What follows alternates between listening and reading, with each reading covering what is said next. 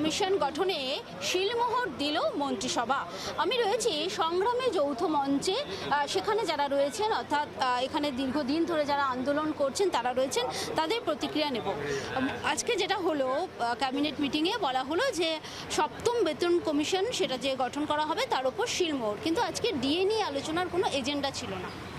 প্রথম রাজ্য সরকারকে আমরা ধন্যবাদ জানাই যে পে কমিশনের যে আমাদের দাবি সেই দাবিকে মেনে নিয়ে যে গঠন হলো, এবং আমরা এটাও আশা রাখবো সেই কমিটির মধ্যে সংগ্রামী যৌথ মঞ্চের পক্ষ থেকে প্রতিনিধি থাকবে, যেন যথাযথভাবে আমাদের যে প্রস্তাব বা দাবি সেগুলো আমরা দিতে পারি, শিক্ষক কর্মচারী সকলের পক্ষ থেকে আমরা দিতে পারি। আর বিষয়টা হচ্ছে ডিএ তাদের এজেন্ডায় ছিল না ছিল এটা তো একান্তই রাজ্য সরকারের বিষয়, মানে এটা তো আমাদের বিষয় নয়। কিন্তু আমাদের যে দাবি ছিল যে ইমিডিয়েট একটা ডিএর ঘোষণার ক্ষেত্রে, সেটা আমরা সরকারের কাছে এখনও আমাদের সেই দাবি বা প্রস্তাব থাকলো। আমাদের বিশ্বাস যে সরকার খুব শীঘ্রই ইতিবাচক কোনো সিদ্ধান্ত নেবে কর্মচারীদের ডিএর ক্ষেত্রে।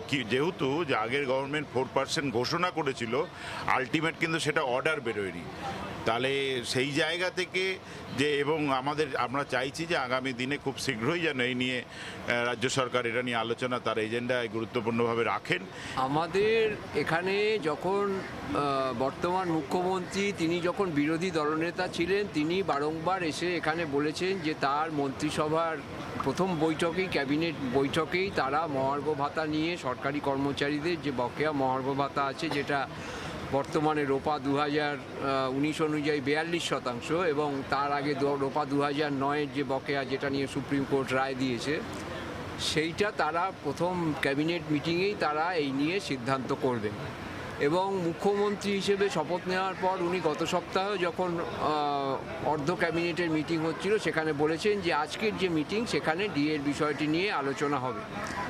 কিন্তু আজকে আমরা অত্যন্ত আশ্চর্য হয়ে লক্ষ্য করলাম যে সরকারি যে মুখপত্র তিনি সাংবাদিক সম্মেলন করার সময় বললেন যে মহার্ঘ ভাতাটা নাকি আজকে ওনাদের মিটিংয়ে এজেন্ডাই ছিল না এবং এটা নাকি দীর্ঘ আলোচনার বিষয়। এটা কিসের দীর্ঘ আলোচনার বিষয় আমরা বুঝতে পারছি না, কারণ মহার্ঘ ভাতার পুরো টাকা 3.5 লক্ষ সরকারি কর্মচারী, পেনশনার যারা আছেন তাদের পুরো টাকা কেন্দ্রীয় সরকার দেয় এবং বোর্ড কর্পোরেশন, পঞ্চায়েত, শিক্ষকদের এই টাকাটা 60% কেন্দ্রীয় সরকার দেয়। এবং এটা 10 বছর আগেই, মানে 16 রোপা যদি ধরা, মানে 16 সাল থেকে যদি ধরা হয়, তাহলে 10 বছর আগেই অর্থ কমিশন বাবদ এই টাকা রাজ্য সরকার পেয়ে গেছে। আশা তো ছিল যে কিছু না কিছু ডিএর ঘোষণা হবে, কারণ কেন্দ্র থেকে আমাদের যদি পার্থক্যটা দেখেন 42% ডিএর পার্থক্যটা রয়েছে। তো আমরা আশা আলোতে ছিলাম যে ডিএও ঘোষণা হবে, কিন্তু হ্যাঁ, সপ্তম পে কমিশনের ঘোষণা হলো, তার মধ্যে তার উপরে সিলমোহর পড়েছে। সেটা একটা জিনিস যে পজিটিভ দিক আমরা যেটা দেখতে পাচ্ছি, সেটা একটা পজিটিভ স্টেপ সরকারও নিয়েছেন, সরকারি কর্মচারীদের পক্ষে ওনারাও চিন্তা ভাবনা করা শুরু করেছেন। ডিএটাও যদি ঘোষণা হতো তো আরও খুশি হতাম আমরা। এটা নয় যে সরকারের এই স্টেপটাকে আমরা স্বাগত জানাচ্ছি না, খুব ভালো স্টেপ। আমরাও সরকারি কর্মচারীরা ভাবছি আগামী দিনে হয়তো ডিএরও ঘোষণা হবে আমাদের পক্ষে। আমরা যেটা চাইছি যে আগামী দিনে সরকার নিজের যে ম্যানিফেস্টোতে যে কথাগুলো ওনারা বলেছিলেন, সেই ম্যানিফেস্টো অনুযায়ী ওনারা কাজ আগেও করবেন, আর সরকারি কর্মচারীরাও কাজে সবসময় ওনার সমর্থনে আমরাও সাপোর্ট দেবো আর কি। আমাদের যে কাজগুলো আছে সেই কাজগুলো আমরাও করব। আমরা তো এখানে দীর্ঘদিন বসে আছি আমাদের দাবিগুলো নিয়ে, শুধু ডিএ পাশাপাশি আমাদের তো আরও অনেকগুলো দাবি ছিল। আর বর্তমান মুখ্যমন্ত্রী এবং প্রাক্তন বিরোধী দলনেতা তিনি আমাদের সাথে বহুবার যোগাযোগ করেছেন এবং তিনি কথা দিয়েছিলেন সরকারে পরিবর্তন করলে, আমাদের যদি সরকার হয়, আমরা প্রথম ক্যাবিনেট মিটিংয়ে এইগুলো নিয়ে আলোচনা করব।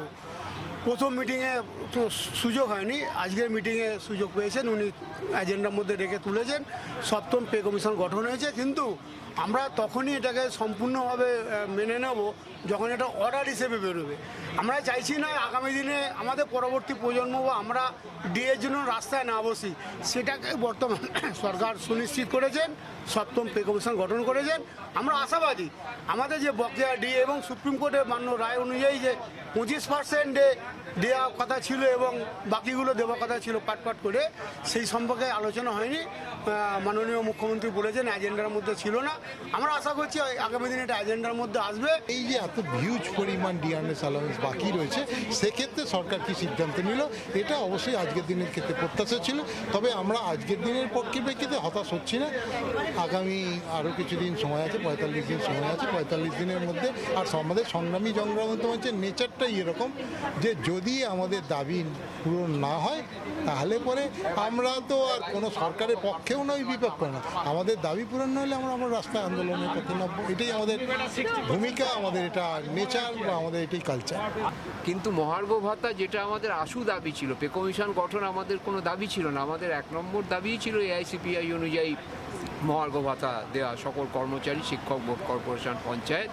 সেটাই আজকে এজেন্ডার মধ্যে নেই, এটা আমাদের আশ্চর্যজনক লাগছে এবং আমরা এটা নিয়ে রাজ্য সরকারের কাছে জানতে চাই নির্দিষ্টভাবে তাদের কাছে যে কবে এই নিয়ে তারা সমস্যার সমাধান করবে বা আমাদের সাথে তারা আলোচনায় বসুন। তিনি তো মুখ্যমন্ত্রীর উচিত তো বিভিন্ন সংগঠনের সঙ্গে ডেকে তাদের সাথে আলোচনায় বসা, কী সমস্যা আছে দীর্ঘ আলোচনা, তা সেটারও কোনো উদ্যোগ দেখতে পাচ্ছি না। আশা করি সেই উদ্যোগ নেবেন, নাহলে সংগ্রামী যৌথ মঞ্চর যে পন্থা, রাস্তায় যে পন্থা, সেটা চলতে থাকবে। সরকারের তরফে 7ম বেতন কমিশন গঠন করা হলো, সংগ্রামী যৌথ মঞ্চের তরফ থেকে তাকে স্বাগত জানানো হলো। তবে সংগ্রামী যৌথ মঞ্চের প্রতিনিধিরা তারা কিন্তু আশা করেছিলেন যে আজকের দিনে তাদের জন্য বকেয়া যে মহার্ঘ ভাতা সেটা ঘোষণা হবে, সেটা ঘোষণা হয়নি। তবে সংগ্রামী যৌথ মঞ্চে যারা প্রতিনিধিরা রয়েছেন তারা কিন্তু এখনো পর্যন্ত আশা ছাড়ছেন না। তারা বলছেন হাতে এখনো সময় রয়েছে এবং তারা এই নতুন সরকারের কাছে আশাবাদী যে তাদের যে বকেয়া মহার্ঘ ভাতা রয়েছে সেই মহার্ঘ ভাতার বিষয়ে সরকার সিদ্ধান্ত নেবে এবং 45 দিনের মধ্যেই বকেয়া মহার্ঘ ভাতা নিয়ে সরকার যে প্রতিশ্রুতি দিয়েছিল, অর্থাৎ বিজেপি ক্ষমতায় আসার আগে যে কথা দিয়েছিল সেই কথা তারা রাখবেন, এমনটাই বলছেন সংগ্রামী যৌথ মঞ্চের প্রতিনিধিরা। ক্যামেরা দেবব্রতের সঙ্গে সোমা, টিভি9 বাংলা, কলকাতা।